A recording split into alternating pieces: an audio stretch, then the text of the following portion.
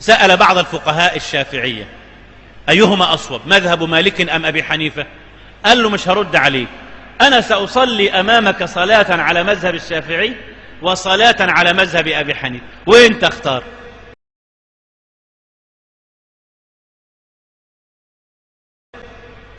عمل إيه؟ طبعا أبو حنيفة له أقوال رضي الله عنه، له بعض الآراء كان يقول بها لأنه لم يبلغه فيها حديث، فكان بيجتهد ويتوسع في النظر أحيانا رضي الله عنه ورحمه. وخلفه في هذا أصحابه، أقرب الناس إلى أبو محمد بن الحسن وأبو يوسف القاضي، خلفوه في تلتين المذهب تقريبا.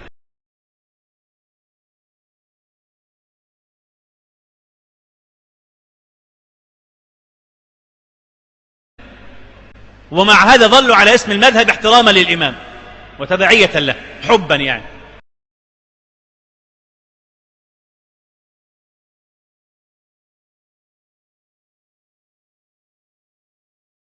لكن هم كانوا يقدروا يعملوا مذهب لوحدهم، أو كان ينفع كل واحد منهم يعمل له مذهب مستقل، كانوا يقدرون على هذا وهم أهل ذلك رحمة الله عليهم، ولكنه الأدب.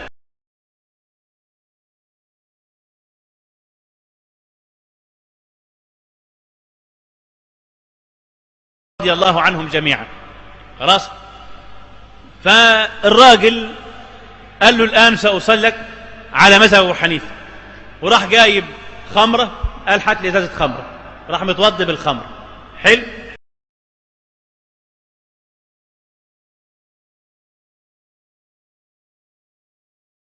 وجاء بجلد خنزير وكلب، حطهم جنب بعض كده، عملهم مصلية.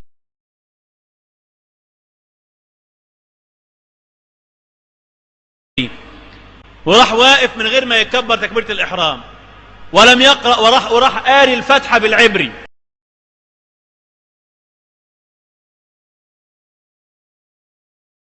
خد بالك، واخذ يضرط في صلاته، وقعد يعمل ريح كمان.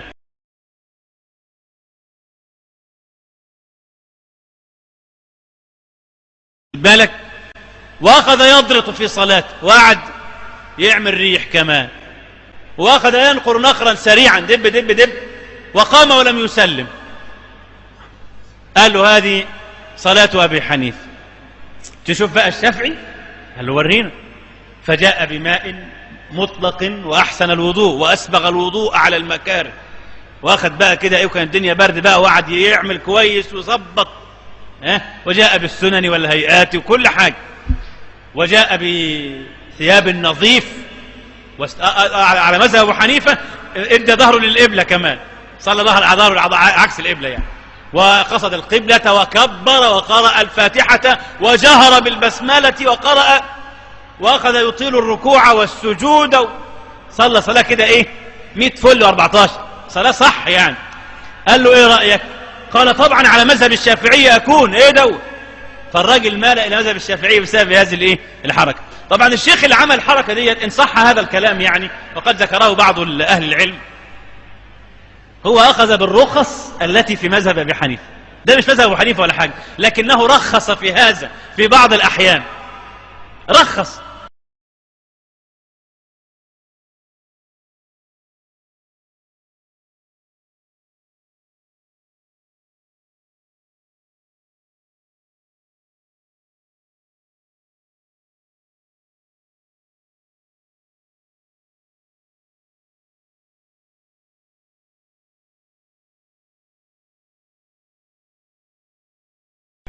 فأهل السنة والجماعة يقدرون الأئمة الأربعة ويعرفون قدرهم، لكنهم يحترمونهم الاحترام الذي يؤدي إلى زيادة حسناتهم.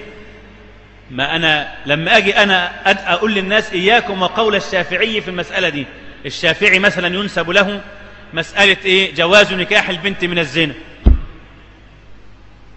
في مذهب الشافعي رضي الله عنه هو يرى أن ماء الزنا لا يحرم، ماء الزنا لا يحرم.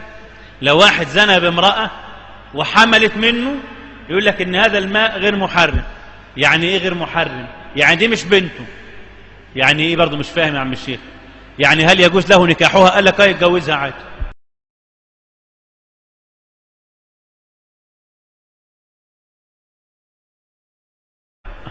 دي بنته. قال لك مين اللي قال بنته؟ هي لا بنته لا شرعا ولا شيء، مش بنته، لن تنسب له اصلا. ولما واحد يزني بواحده ويخلف منها بنت تتكتب باسمه، باسم الزاني؟ لا ابدا ابدا، يبقى مش بنته، يبقى يتجوزها. قال لك يتجوزها عادي. طبعا هذه زله عظيمه، دي زله في مذهب الامام. لكن هتروح فين دي بقى في بحار حسناته؟ ولا حاجه. ايه يعني؟